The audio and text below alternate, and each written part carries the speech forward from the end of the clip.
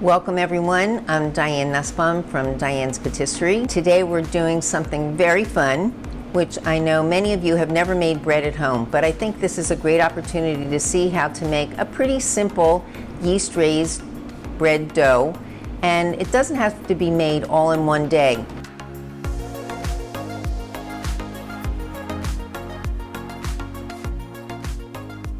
So I actually made this bread recipe. This is an eggy bread dough called challah, which is usually used in Jewish families for a traditional Friday night meal, Saturday lunch, but it also makes fabulous French toast and it makes unbelievable stuffing. So it's worth it to make it from scratch, because believe me, once you eat this French toast, you will never go back to a regular sliced bread again. So I made the dough. After it proofed the first time, I cut it into a portion and put it in my refrigerator overnight, and now it's nice and soft. And so we're going to roll it out first so you can see how to shape it, and then we're going to make the dough and let it proof while other things are happening during our presentation today. So the dough is nice and soft.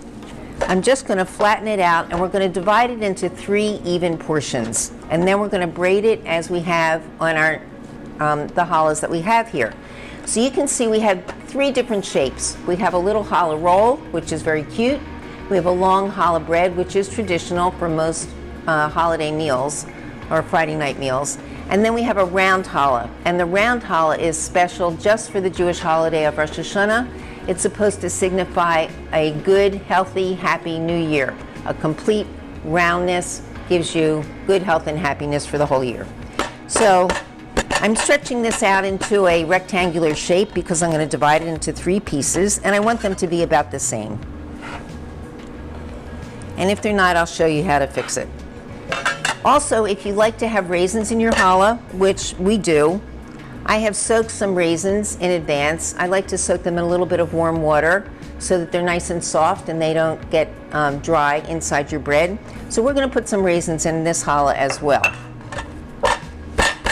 So I'm going to take some of these raisins and stick them in the dough on each one. And they're nice and plump and delicious. Some people put all kinds of crazy things in their challahs, I have to say. We have a friend who every week makes challah, and she puts all kinds of crazy things in her challah and colors them and does all fun things. She has young children, and she has a blast showing us all the great stuff that she makes. So this is just an idea of something to do. So you can see that I'm bending it over and making a log out of each one of these strips. So I kind of press the raisins in. Add a few more. We like a lot of raisins. And I think the raisins in the French toast make it even more delicious too. So if you have ever braided anybody's hair, this will be very easy for you to do because that's exactly what we're doing. So the seam side is down on each one of the rolls. They're about the same length, and we're going to press them together at the top. This is one of the ways to braid a challah. There are many other ways, but we're doing just a 3 braid today. Take the outside one and sweep it over the middle. Then you take the other outside one and put it in the middle. And we continue outside to the middle, the other outside to the middle, and keep going until we braid up the whole challah and press the end together. And if you want it to be a little fatter, you can kind of push the middle. So the middle's a little bit higher than the other part. So we're going to put this on our baking tray.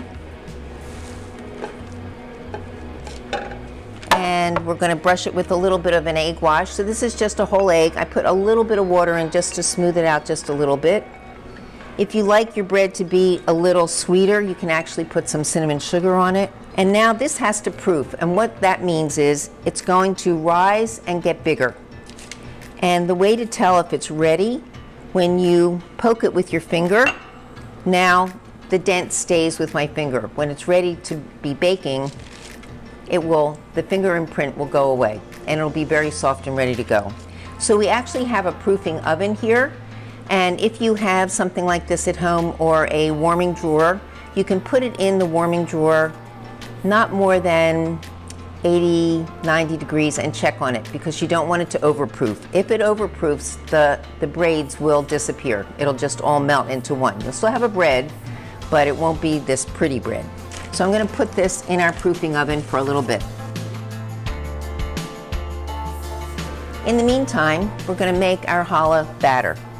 So first of all, we have to get some dry active yeast, and this recipe is using 3/4 of an ounce of yeast. So each one of these is 1/4 of an ounce, so it's very easy for you to get this in the supermarket, no problem.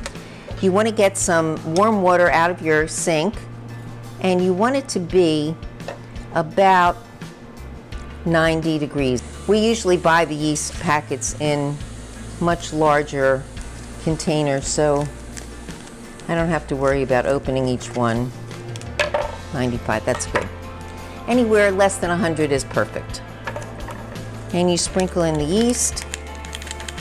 And I'm also going to put about a tablespoon of sugar, which helps the yeast activate much quicker.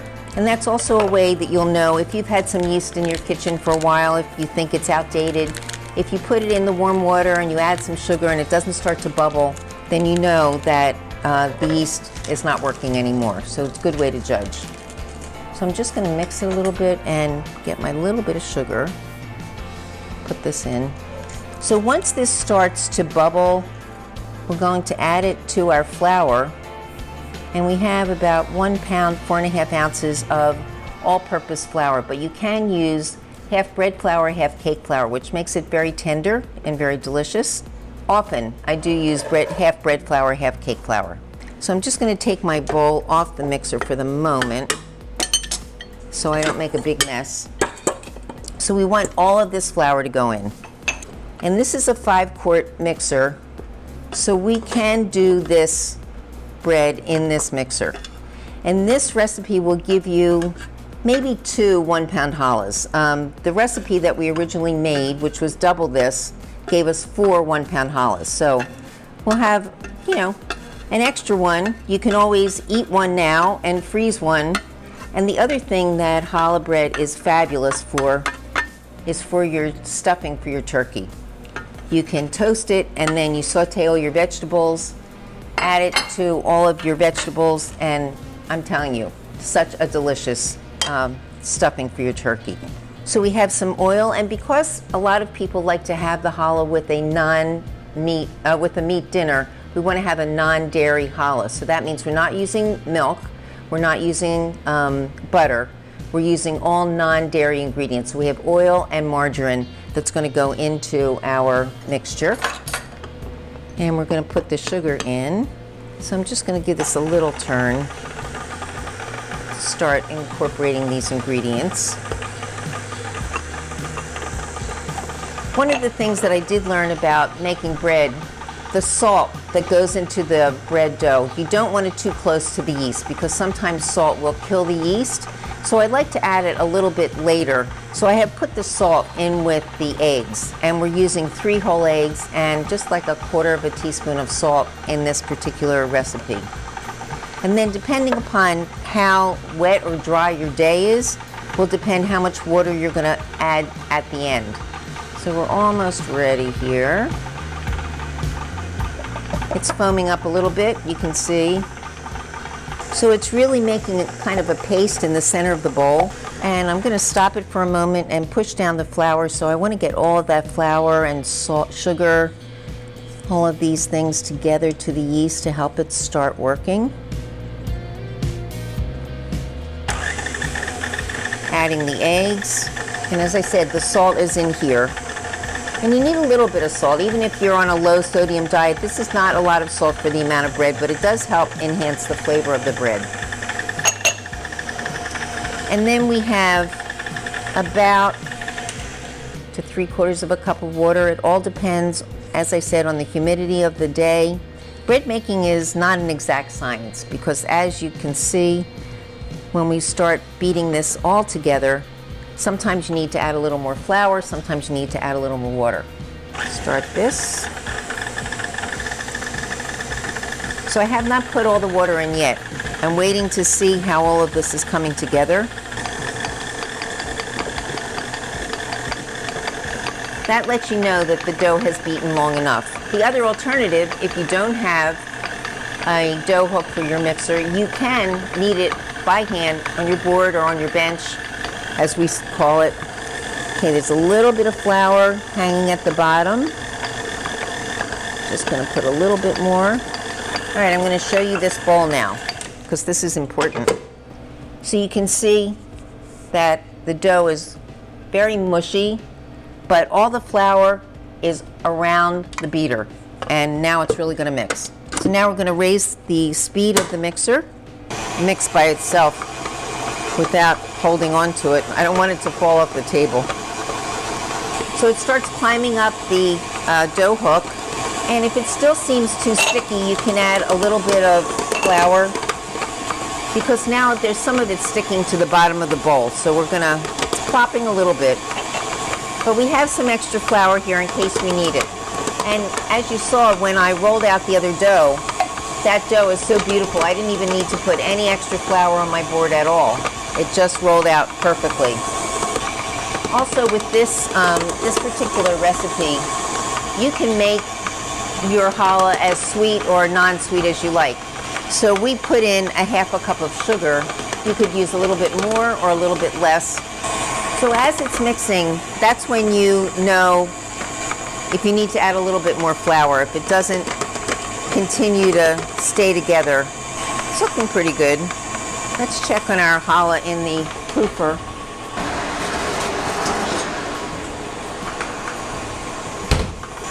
So you can see that this end kind of came out, but it's looking good, so I think it's ready to bake.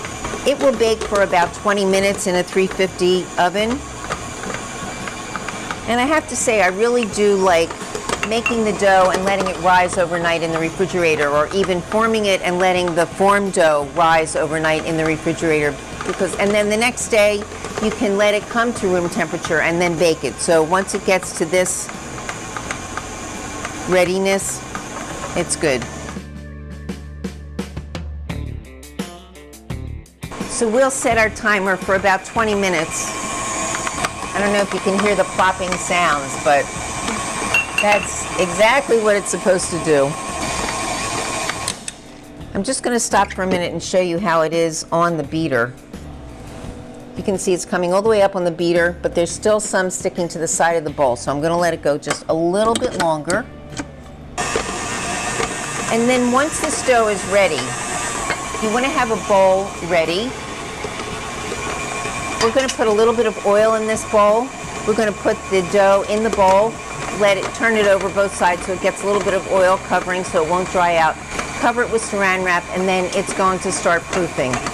And so while it's proofing, it might take, in this kitchen and in a proofer, maybe 20 or 30 minutes. It's going to double in size. It's going to be nice and soft and fluffy. So only about a tablespoon of oil is all that you need. You don't really need very much. All right, it's looking nice and smooth, which is what you want it to do. So you can see it's kind of a little bit sticky, not too bad. And we're going to finish it up on our board. So I'll be adding a little bit of flour to it now to make sure that it's a nice, it should not stick to your hands. That's how you know that it's good. It should be nice and dry. I'm going to put a little bit of flour on the board and scrape this out of here. Comes out pretty easily. See, it's just about done. Normally, if we had a little bit more time, I would let it beat probably a few more minutes on the mixer, but this is good for you to see how to use the flour to finish it up. So you can see the motion of pushing down and pushing it to the middle. It feels really good already. So this is a typical way of massaging, and look how beautiful it comes together. I mean, it's just like such a nice, soft, as my granddaughter would say, pillow. When I made bread with them, they love it. They're like, it's so soft. And it is. It feels really good. And this is probably enough for 2 challahs. So I'm going to put it in the bowl, kind of seam, the top down first and then the seam side down, and make sure there's some oil all over. And you can see it's looking very smooth, really nice. And we're going to cover this with saran wrap and put it in the proofer. And we'll be able to show you how it proofs as we continue, because we're going to make some delicious challah French toast. So let me just get some saran wrap on here. And you have 2 choices. You can put the saran wrap directly on the challah and then one over top as well, or just cover the whole bowl. So we have a big enough piece, we're just going to cover the whole bowl. And it may rise to about half of this bowl, so it's like 1/4 of the bowl now. It will rise to about half of the bowl.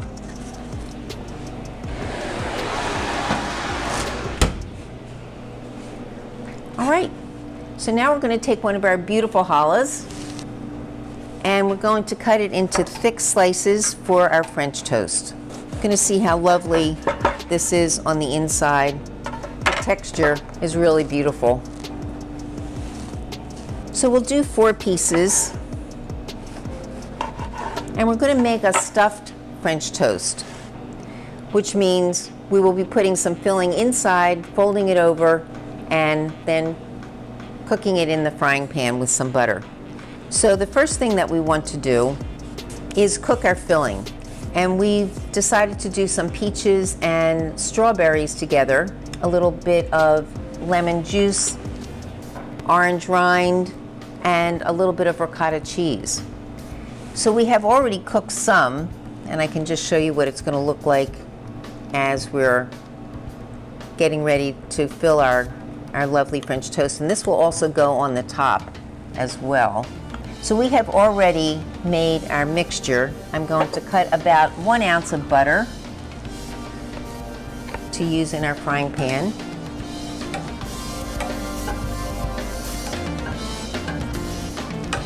So first we'll cook the mixture and then we'll cook the French toast. So we've used some brown sugar, some honey, a little bit of vanilla, some cinnamon, some nutmeg, and any of the spices that you like. This is, personal preference. I do like to use cardamom sometimes, allspice, mace is also another nice one. And we have already sliced our peaches and our strawberries. So I used about a 1/2 pint of strawberries and 1 really big peach. Depending upon how many people you're serving, you're gonna decide on the fruit and how much you need. But our challah is kind of small. These pieces are kind of small. So if we were having a party, having 4 people over, we'd probably do 2 slices for each person. But for today's presentation, we're just going to do 1 slice for each person. So we're just melting everything. And while the strawberries and peaches are cooking, we're going to dip our French toast into our egg batter so that it gets nice and soft. And we always save a couple of the extra strawberries or peaches to use as a garnish once we get ready to plate our dessert or our French toast. I consider this a dessert. Strawberries are going in. I love the color of the peaches. They look so pretty. But of course, as you let peaches sit, they get a little brown, which won't matter because we're using brown sugar anyway, so it's fine. Put a little fresh lemon juice in here. And of course, I love my orange zester, so we'll do a little orange rind in here too. So this actually acts both as our syrup. I mean, you can serve this French toast with maple syrup, but you can also use the syrup from this fruit on the top of your French toast as well. So we're going to let this cook down a little bit, and we're going to get our slices of French toast ready. And again, depending upon how sweet you like your food, you can add more sugar, you can add more honey, you can add more juice. Everything is, up to each individual family and the way they like to eat and serve their food. So we've made a mixture of eggs, milk, cinnamon, nutmeg. You can use a little half and half or heavy cream if you like it to be a little bit richer. Makes it very nice. You can also soak these pieces overnight. in a casserole dish, then they really are able to absorb a lot of the moisture of the egg. These pieces are looking good. And we'll just let them stay in here. So out of this one challah, we're getting at least 8 nice slices, and this was weighed out at 1 pound. I did bring my scale today so you can see how to scale the bread after the first proof. So every challah gets 2 proofs. The first one, after you first make it, you let it rise, you form it into a long braid, a round braid, little rolls, whatever you like, and then put it in the refrigerator overnight, and then the next day, the next morning, take it out, let it get to room temperature, brush it with your eggs, and when it's ready, you know, as I showed you, use your finger to like tap on it. If your finger leaves an imprint, it's good to go. So let's take these pieces out and put the next ones in. And just dip them again one more time on each side. It's looking really good. They're soaking up all this great egg. And we'll put these in for the second round. So of course, if you have kids in the kitchen that are, you know, salivating while you're making this, you got to give them a little piece of challah or something to chew on because, you know, they can't wait. So we decided to make this even a little bit more inviting. So we're going to be adding some fresh ricotta cheese with our fruit inside our lovely pieces of challah. And so then you get a little bit of protein along with the sweetness. So we're going to be bending these in half and putting a little bit of ricotta cheese on each one. And you can see they're very moist. They're really very flexible.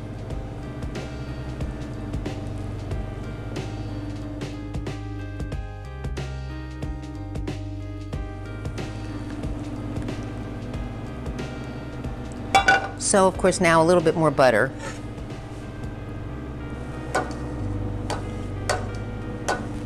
And then we'll put some of our pre-made filling on each one of these. So I know when you've gone out to some restaurants for brunch, you see that stuffed French toast is on the menu. Well, this is how you can make it at home and impress your company, your family. So we're just letting this butter get nice and bubbly. So you can see how dark the filling has gotten just because of the brown sugar and the strawberries and the peaches. Let's see if we're about ready to get it in the pan. You do want your butter to bubble, not brown. And you don't want to put too many in at one time. We might be able to get all 4 in though. It's a nice big skillet. Don't worry if any of the filling comes out. You can always add more in the end. And then we're going to put some on top as well. So I'm just gently pressing down on the tops because we will turn them over so that both sides get very nicely cooked. So let's see if the first one's ready to flip. Ah, looking good. Nice and toasty. Looking beautiful. The orange and the lemon, great. I know you're really going to love this if you get to make this at home. And it's really not hard. The bread is, you know, takes time, but because you can do it in 2 days, it's not such a big deal. And, you know, something special to do with your kids on a weekend when you're home, you're not going anyplace, something special to make with them. So they have 2 days to look forward to something like this. It's a really fun thing to do with your family. I know that my family has really enjoyed it. And I think we're just about ready to move on to a plate.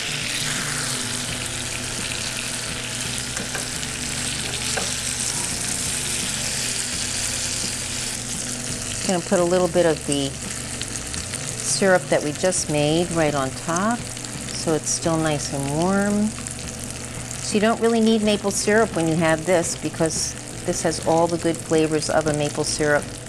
A little bit different. Looks good enough to eat.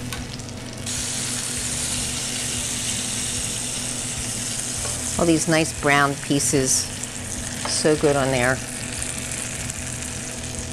A little bit of our nice toasty syrup. And then of course we need just a dab of powdered sugar just to finish it off. And I think you have one delicious breakfast, entree, dessert, however you want to serve it. I think it looks great. Let's see how our challah's doing, both of them, because we still have these pieces that we're going to cook a little bit later for our guests that are here today. So let's see how this guy's doing first. So you can see it's definitely growing. Not quite there yet, but it's definitely bigger. Very close. So while we're waiting, we're just going to finish cooking these strawberries and peaches didn't quite get finished cooking, so we'll add a little bit more butter to this so they can finish up. The pan's quite hot, and we have some bits of brown butter in here, which I think will only add to the flavor. You can tell the pan is still very hot. And I like to cook this down a little bit more so that it gets a little bit more syrupy. And then for sure you don't need to use any maple syrup because you have this wonderful flavor of the fresh fruits that you've been using. And in the fall you could also do pears and apples. That's a great combination with some candied ginger. There's so many varieties of ways to add something special to your French toast or to your pancakes. And the ricotta cheese, I think, is also a really nice addition to adding a good flavor to your French toast. And I think I can bring the one that's proofing out of the proofer and just show you how we can put that together very quickly. So I have a digital scale that I really love to use. We're going to take that out and weigh it so that we can do 1 pound, and then you can see what the other pound looks like. So it looks very good. So now I'm doing that over and under. Oh, it feels terrific. Motion again, putting it out on my board. So I'm going to cut it in half, and let's see what the weight is. Should be about a pound each. So this scale will do gram weight, it will do fluid ounces, it will do regular ounces, and you can zero it out. I'll just put a little bit of flour on here so it doesn't stick. 1 pound, 3.8 ounces. Let's see how good we are if we got them about even. 1 pound, 3.6 ounces. We're good. So now we usually let them rest on the table a little bit in order to form them. Since we're not going to bake them today, we're going to wrap these and put them in the fridge overnight and then form them tomorrow and save them, maybe make another round one, maybe a couple long ones. Let's see how our challah is in the oven. So our challah just came out of the oven. It's very hot, but it took about 35 minutes. It's interesting how it bakes differently in a non-convection oven. We have a convection oven at the bakery, so the ones that we baked at the bakery are a little bit browner. This is a little less brown, but you can see that the bottom is perfectly cooked. And so now we're going to cut inside and see how the inside looks and see where all the beautiful raisins are. So you can see inside the raisins it's still kind of steaming. I wouldn't normally have cut it so soon because it should have a little bit of time to rest because it'll make it a little bit gummy if you cut it a little bit soon. But very delicious. So I hope that you've enjoyed our very involved presentation today of making challah French toast. And remember all the great things you can do with challah bread. Bread pudding, stuffing, French toast, many, many wonderful ways to use this challah, or just eat it with some butter and jelly. Always good that way too. I'm Diane Nussbaum from Diane's Patisserie. If you have any questions about using any yeast-raised products or making challah, please call me 609-560-4111 or go on my website, send me a message. I'll be happy to send you a recipe. Anytime you make something, send me pictures. I like to see what you're making, and I like to see those kids smiling and eating something delicious. I hope you have a great day, and I'll see you again soon.